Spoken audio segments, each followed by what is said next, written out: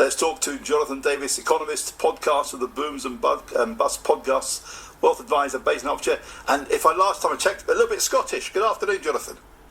Oh, hi, Roberto. Good afternoon, Jonathan. Hope you're well. So, did you once say that you hoped Scotland were indeed independent? Yes and no. I would love to see the Scots able to have the entrepreneurial free market opportunity that they used incredibly effectively in the 19th century. And as everyone knows, Scotland basically built the world.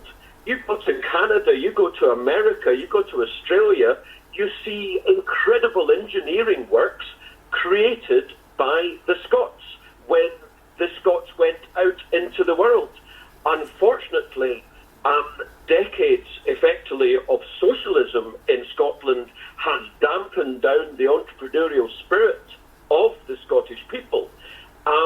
If Scotland were to be independent, it strikes me that after a few years of even more socialism, which undoubtedly the SNP and the ilk would produce, the Scots would vote for whatever free market politicians were around. Scotland could become the Singapore of the whole of Europe. It would be amazing.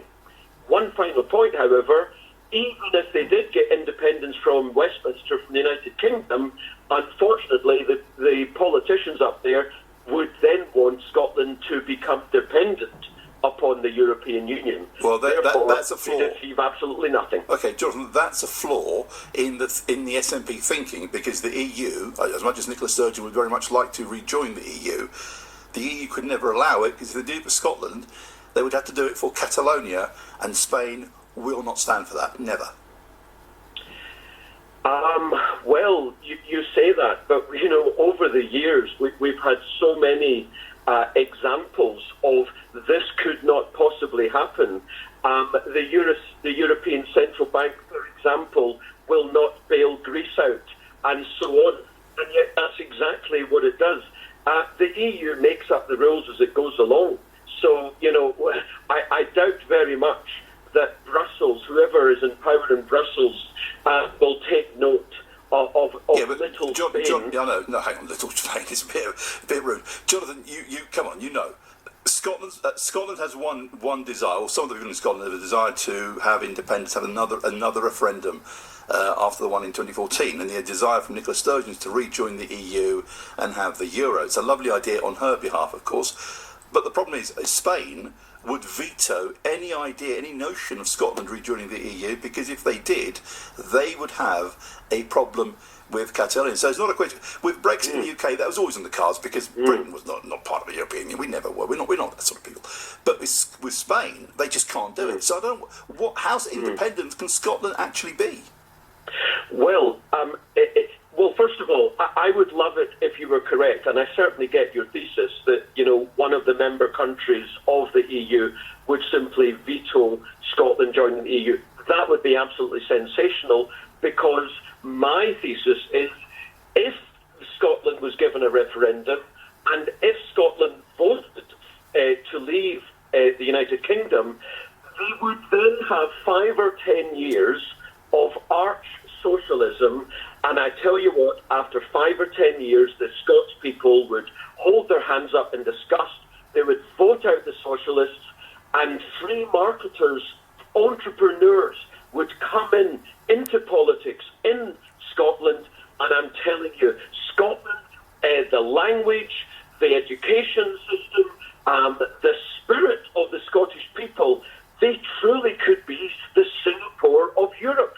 I would gladly go and live up in Scotland if that were to happen. It would be an amazing place to grow my business and for my kids to have opportunities. If that were to happen. Jonathan, doesn't Scotland already have, and the good people of Scotland, don't they already enjoy that proposition being part of the Union? What is it that the Union is denying the Scots? Yeah, they've got higher taxes up there. They've got more people living off the state even than in the south of England. They've got the Barnett formula where Westminster pays an awful lot of money to Edinburgh to basically buy people up, buy politicians off, buy peace with the Edinburgh politicians. No, if Scotland had to go out entirely on its own, well, the reality would hit them. They're not as wealthy as they think they are because they're being funded. There's 62 million people in the United Kingdom, not in Scotland, who are basically funding the Scots. Can I ask you, Jonathan, because Nicola Sturgeon, this is her big drum, independence, independence, independence.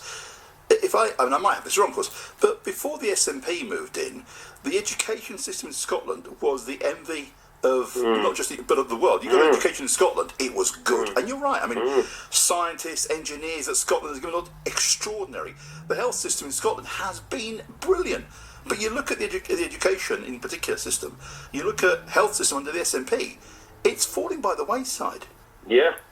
And you say the SNP, I say socialists, who believe that the state should take care of everything. Well, clearly, there isn't an example in history across the planet Earth where socialism has helped the people over the long term. Over short terms, of course, socialism helps, but not over the long term. So they've had decades of increasing socialism in Scotland, and unfortunately, what you sow is what you reap.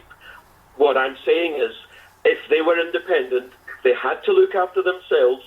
5 or 10 years of actual socialism, or more socialism, which they'd have, because they wouldn't have the influence of Westminster, the Scottish people would rise up against it. But, it's all speculation, but I'd love that to happen. 10 years of pain and then 50 years of gain. Jonathan, thank you, sir. Economist and podcaster of the Booms and Busts podcast, wealth advisor based in Hertfordshire, and a little bit Scottish too, as we said.